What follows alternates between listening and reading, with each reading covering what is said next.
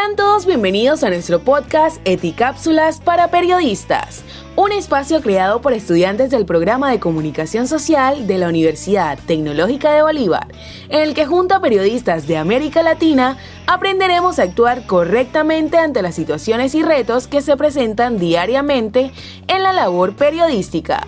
Los invitamos a conocer y revivir las experiencias de nuestros invitados.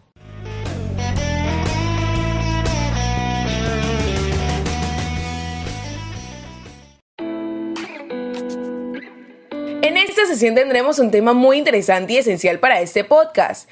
Es el cubrimiento y la ética periodística en procesos electorales. Nos acompaña la reconocida periodista chilena Mónica González, miembro del Consejo Rector y corresponsable del Consultorio Ético de la Fundación Gabo. Sintonízate ya con nosotros y no te pierdas esta gran experiencia.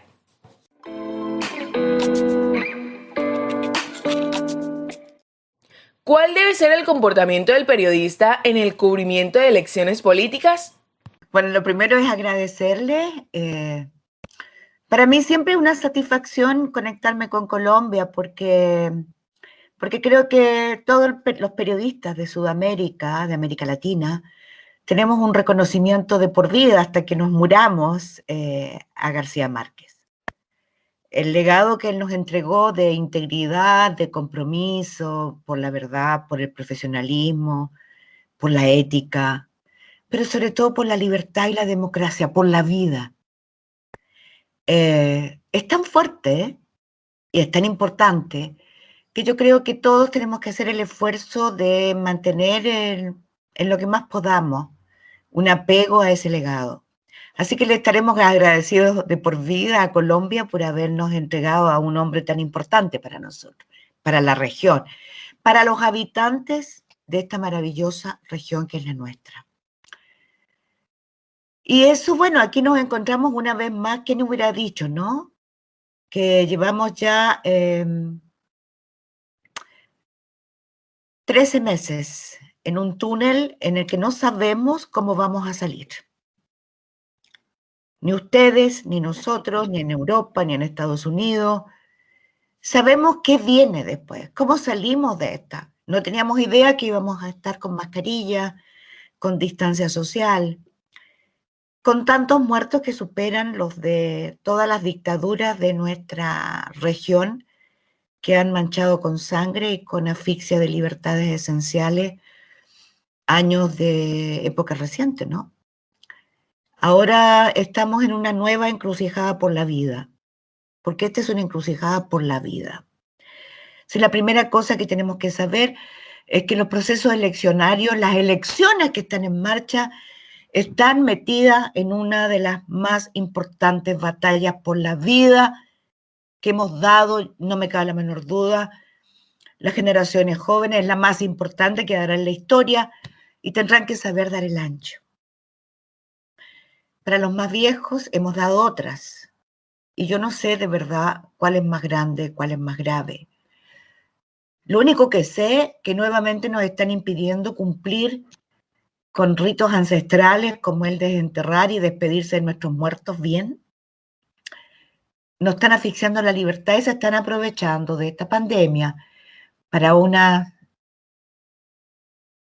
lucrar con lo que nos ocurre. Los más ricos siguen lucrando.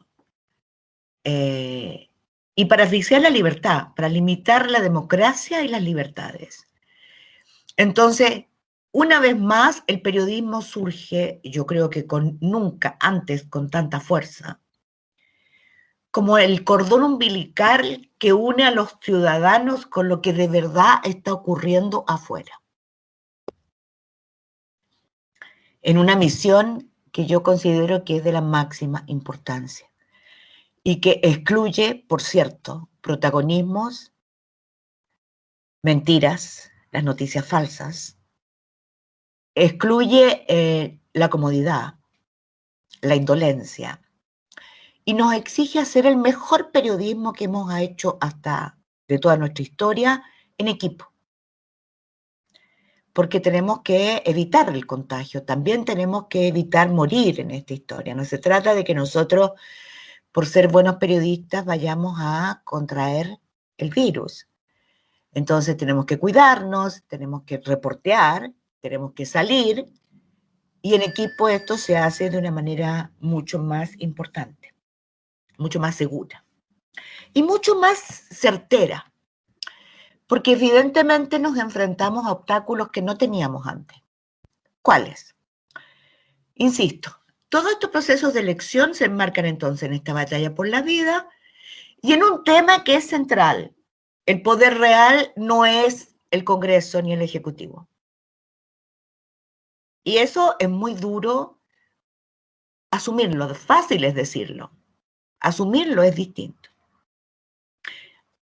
¿Cómo me explico? ¿Hay alguna duda que la guerra mundial que se ha desatado por las vacunas, ahí está el poder real? ¿Quiénes tienen derecho a comprar vacunas para sus habitantes? ¿Cuáles son los gobernantes que de verdad han hecho todos los esfuerzos por salvar vidas y no privilegiar la economía por sobre el derecho a la vida de los ciudadanos? Y han hecho todos los esfuerzos por comprar esas vacunas. ¿Qué han hecho los grandes laboratorios farmacéuticos que desde hace algún tiempo son mafias de crimen organizado? Colombia es el primer país en que un contralor de la República calificó a los laboratorios farmacéuticos como crimen organizado, asociado al narcotráfico. Duró bien poco en la Contralora, porque el poder real no permite que lo revelen, que lo desvelen, que lo describan, que cuenten cómo sacan sus ganancias ilícitas. Entonces, develar ese poder real y mostrar de qué manera cooptan al poder del Congreso, de nuestra soberanía popular, es el deber absolutamente ético, imperioso, urgente de los periodistas hoy.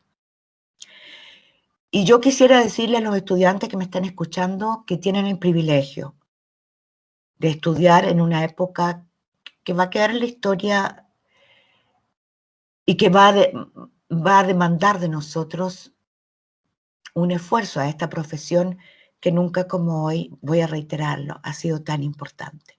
A propósito de hacer cubrimiento político en tiempos de pandemia, ¿cómo ve el uso de ese poder político y de la representación ciudadana?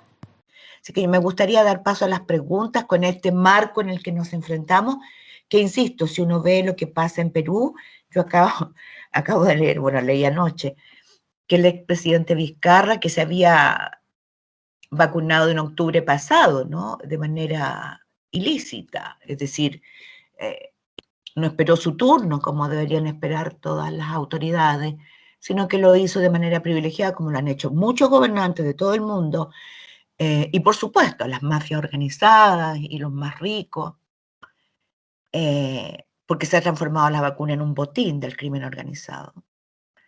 Contrajo el virus y dio positivo él y su señora. Y yo me dije, bueno, es el crimen, el pecado, el castigo a su pecado, ¿no?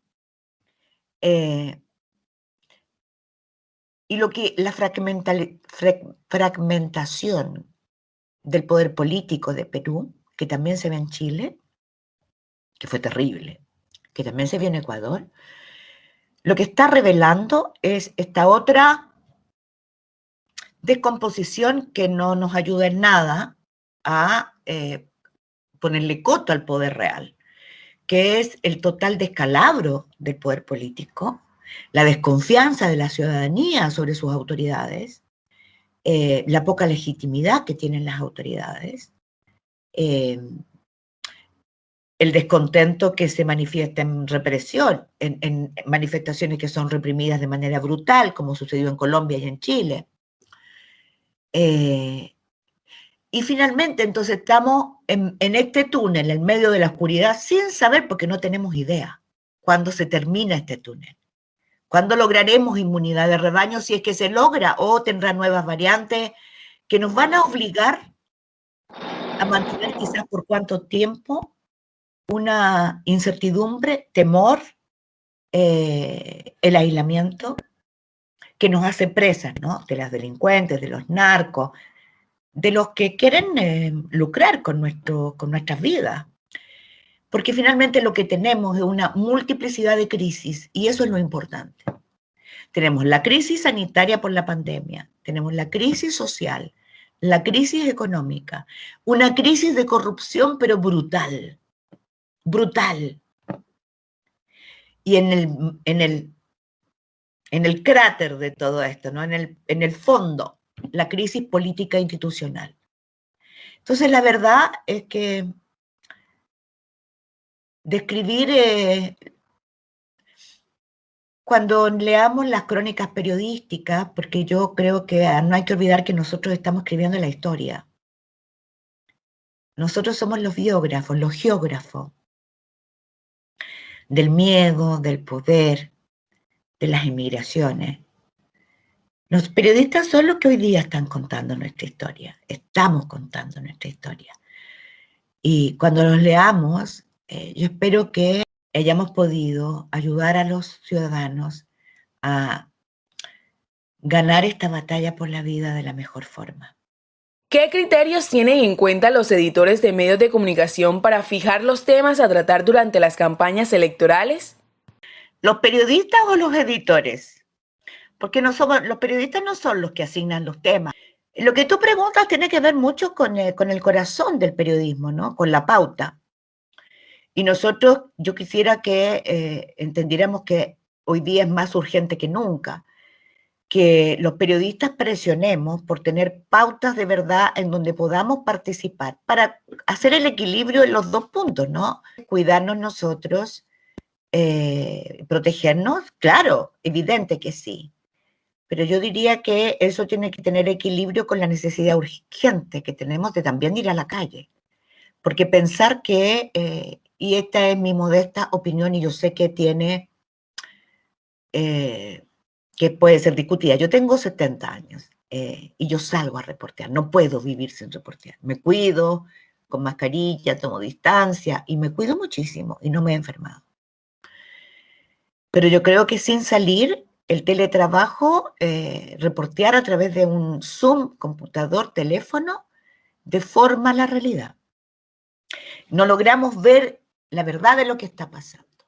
Entonces, cuando me preguntas qué criterio, yo creo que el principal criterio es saber qué es lo que de verdad está pasando. Es recoger la realidad como sea posible, en equipo, con periodistas que nos ayudemos a protegernos para no contagiarnos, con periodistas que nos ayudemos a ir a lugares más peligrosos, a ir a lugares donde se requiere además fuerza para, una vez más, entender el costo horroroso que pagan los más pobres cuando hay catástrofe, como es a veces una dictadura, como nos ocurrió ya en nuestra región.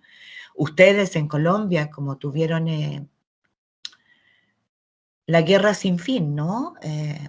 Contra las FARC paramilitares, pero finalmente la ocupación de paramilitares de grandes terrenos y la expulsión de familias completas de zonas de Colombia.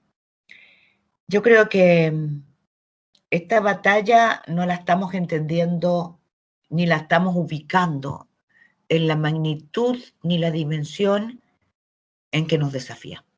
En procesos electorales, la cuestión de la pandemia se está tomando como bandera de gobierno o como un programa político para los candidatos. Los periodistas, ¿qué podemos hacer para que esto no pase? La verdad que los periodistas podemos poco hacer. Lo que tenemos que hacer es desnudar el populismo, las noticias falsas. Yo creo que una de las cosas que me impresiona es la desconexión, insisto, de los políticos con la realidad. Entonces, en vez de ver una emergencia en sus programas, en sus políticas, en su disposición a acuerdos que permitan llevar como inyección a la vena, ¿no? Ayuda directa a quienes más lo necesitan para que no se mueran, ya sea reforzando la red de salud, porque faltan camas, porque falta oxígeno, porque cada cama con ventilador no es una cama, es una cama y médicos, enfermeras, paramédicos. O sea, si no entendemos, no hacemos que se entienda. Que además ese personal de salud lleva 13 meses lidiando con la muerte y está cansado. Tiene miedo porque se contagia también. porque vive con la muerte, se codea todos los días, con una muerte brutal, porque tú los cierras y no permites que se despidan de su familia. O sea, si no entiendes ese drama y no dices que también esa gente necesita bonos, reforzar eso, la red de salud significa no solamente construir más hospitales, significa que a la gente de la salud le paguen lo que corresponde por sus horas extraordinarias y por el enorme esfuerzo que está haciendo. Si tenemos menos muertos en nuestros países es nada más que gracias a eso. Al personal de salud, que no son los médicos solamente. Entonces yo creo que cuando tú ves la poca conectividad, es eso, ¿no? Propuestas que desconocen la realidad, son ajenas, o sea, no hay emergencia, no se ve la urgencia de ir con un proyecto, con un plan que signifique en este túnel de la oscuridad decir en Cartagena, en tales sectores y en tales sectores, como no hay encuestadores en terreno, lo que tenemos son una cantidad de sin casa que son estos, tales números, donde hay mujeres, niños, inmigrantes venezolanos, que hay muchos, y entonces toda esa gente hay que hacer un registro urgente para ver cómo los ayudamos. En Perú pasa lo mismo y en Chile está pasando lo mismo. O sea, hay oscuridad de los datos. Y yo creo que lo que nosotros tenemos que hacer es desnudar cuáles son las propuestas que de verdad nos tienen conexión con lo que está pasando y cuáles no. Pero también tenemos que desnudar los proyectos de ley, y eso es muy importante, que se hacen en la oscuridad. En todos nuestros países están aprobando leyes que privilegian a los sectores económicos más beneficiados en desmedro de la ciudadanía. Y yo creo que eso significa que nosotros dupliquemos la capacidad de auscultación del trabajo que se hace en el Congreso. Los medios de comunicación tienen una responsabilidad crucial para la toma de decisiones políticas. ¿Cuál es el papel que tienen las redes sociales en el cumplimiento de los procesos electorales? Bueno, las redes sociales son un elemento importante, no es periodismo, no son el periodismo, pero tienen su lado perverso, ¿no? Que son el principal motor de la difusión de noticias falsas. Hablando del poder real, las empresas que manejan las redes sociales son las empresas más poderosas del mundo hoy día, por su capitalización en bolsa. Así está establecido, o sea, no lo digo yo, lo es cosa de revisar la capitalización en bolsa. Un candidato quiere ganar una elección, tiene que contar con redes sociales hoy día y contar con una cantidad de estudios, que es lo que demuestra Cambridge Analytica, en que tú, como ejemplo lo hizo Bolsonaro, 4 empresarios pusieron $1 millón cada uno y contrataron a muy buenos periodistas, porque en esta difusión de noticias falsas hay colegas nuestros y no hay que tener tregua con ellos, hay que denunciar aquello. Entonces, teniendo estudios que mostraban en qué sectores de usuarios de redes sociales, qué pensaban, qué temían, qué aspiraban, sus sueños, hasta cuándo haces el amor, ¿no? O no lo haces.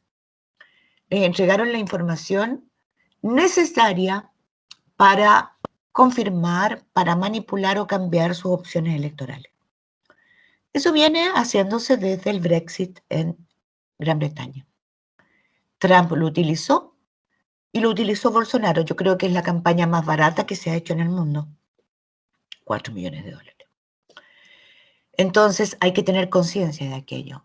Hay que tener conciencia, hay que defenderse, hay que enseñarle a los ciudadanos a defenderse, hay que enseñarle a los ciudadanos que ya no se puede estar inerme, así como, oh, no, lo vi en las redes sociales, lo leí, me lo dijeron, me mandaron. No. Las redes sociales pueden ser un maravilloso instrumento para estar alerta, pero también un perverso instrumento para manipular tu mente y entregarte información falsa. Yo creo que los periodistas no estamos enfrentando el peligro que significa la difusión de noticias falsas con el criterio ético, pero sobre todo de vida o muerte, que, insisto, tiene la dimensión de esta batalla de este momento. Cada vez es más común que salgan a flotes noticias falsas durante las campañas electorales. ¿Cómo confrontar estas campañas de desprestigio y desinformación desde el periodismo serio y verdadero?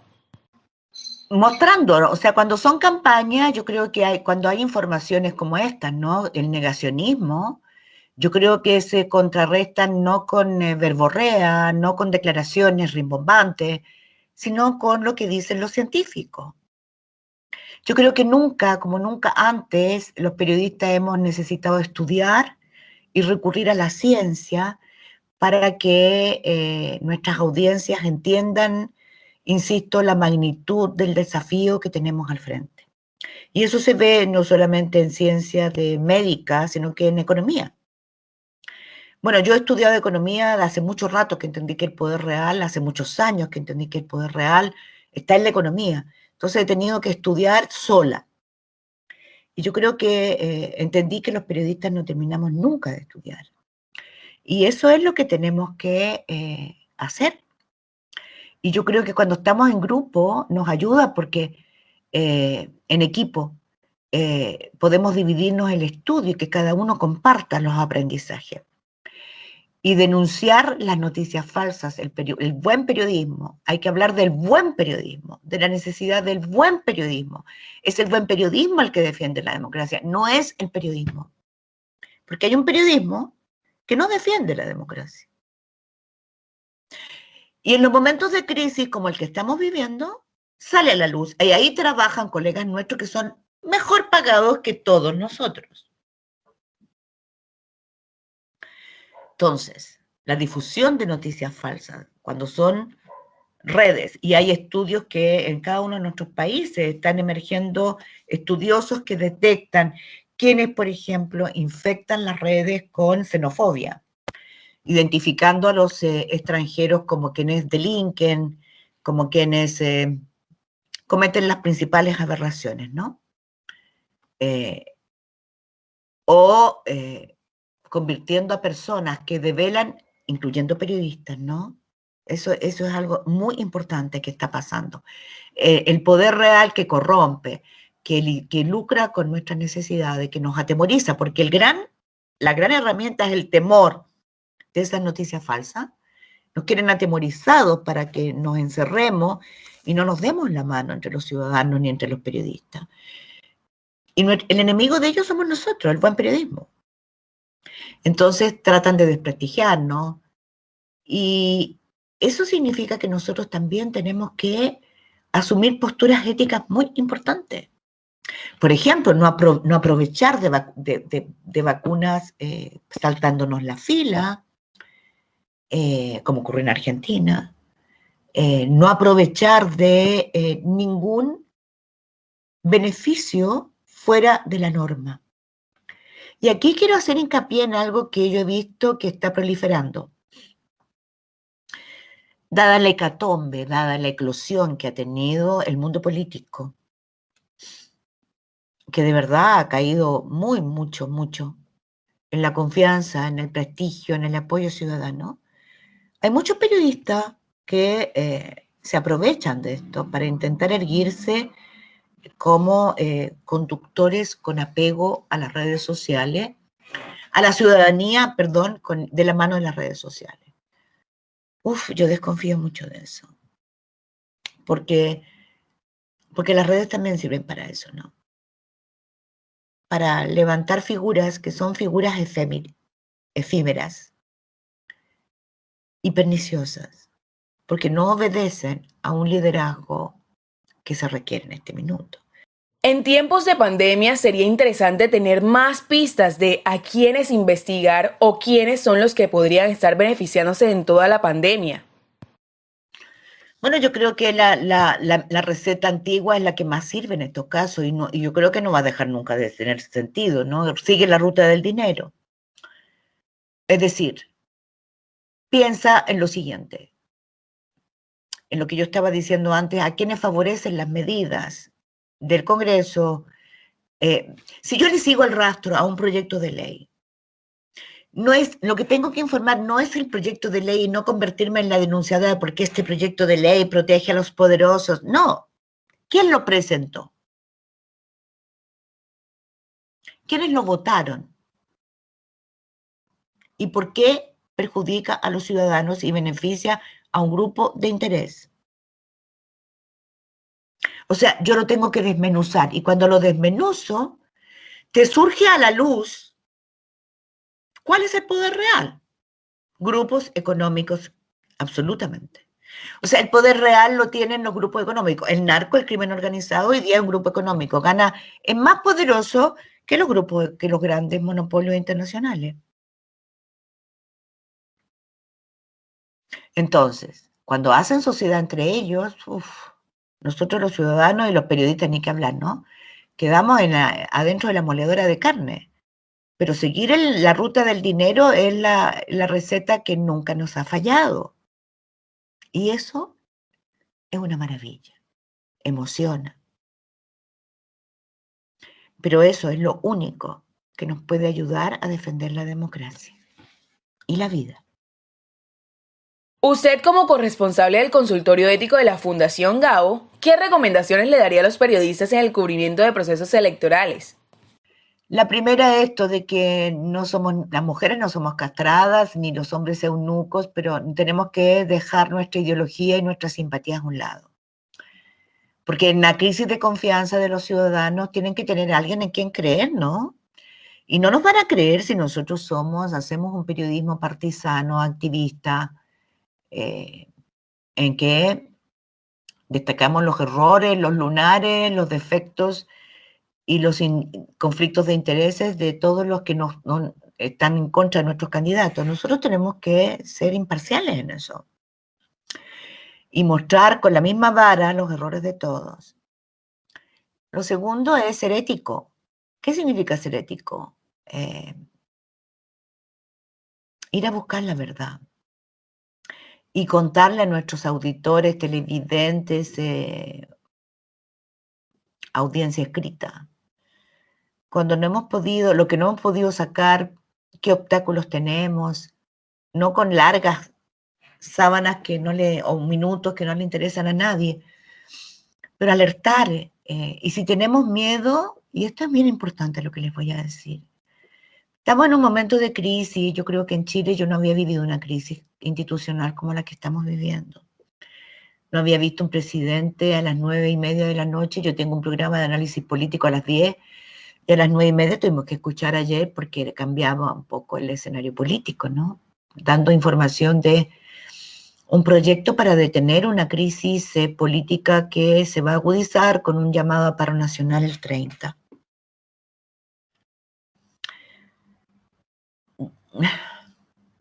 Estamos en una crisis importante en donde aquellos que usan la violencia están sacando nuevamente sus herramientas y sus armas. Si nos da susto, hay que dar un paso al lado. Pero no fingir que no nos da susto. Eso es súper importante. Y el miedo se combate. Quien dice que no tiene miedo está mintiendo, pero el miedo se combate. Y se combate con las buenas herramientas, con trabajo en equipo, reforzando las medidas. Pero lo que importa es que la información, la verdad, salga. Lo que importa es que no haya impunidad. Porque en esta cruzada por la vida estamos defendiendo la libertad y la democracia. Y en países como Colombia, como México, como Chile, Perú menos en este caso, tenemos demasiados ejemplos de cómo la pérdida de libertad ha significado la masacre de muchos de nuestros compatriotas. O que grandes cantidades de compatriotas y de ciudadanos de esta región maravillosa sean prisioneros o del crimen organizado o de las mafias, del narco o de los corruptos. Fíjese que, como nunca antes, he pensado que nunca va a ser más fuerte que hoy el darle espacio a aquellos jóvenes que tienen que dejar sus sueños de lado para trabajar en cualquier cosa, para mantener a su familia. Me acompañan porque creo que esos sueños nos dan alas a nuestro trabajo. Esos sueños, esos jóvenes que ven cercenadas sus alas, sus ganas de ser felices, incluso sus deseos de hacer el amor, van a ser los que me van a dar la fuerza y nos tienen que dar la fuerza para contar lo que ocurre y reconstruir. Y los procesos eleccionarios son sueños y construcción, sobre todo en momentos de crisis.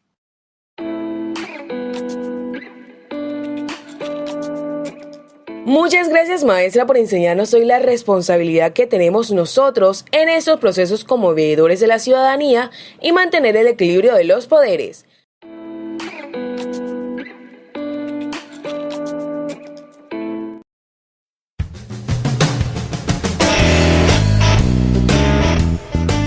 Esto ha sido Eticápsulas para periodistas, el espacio donde encontrarás tips para un mejor quehacer en el oficio. Los esperamos en nuestra siguiente entrega. Hasta entonces.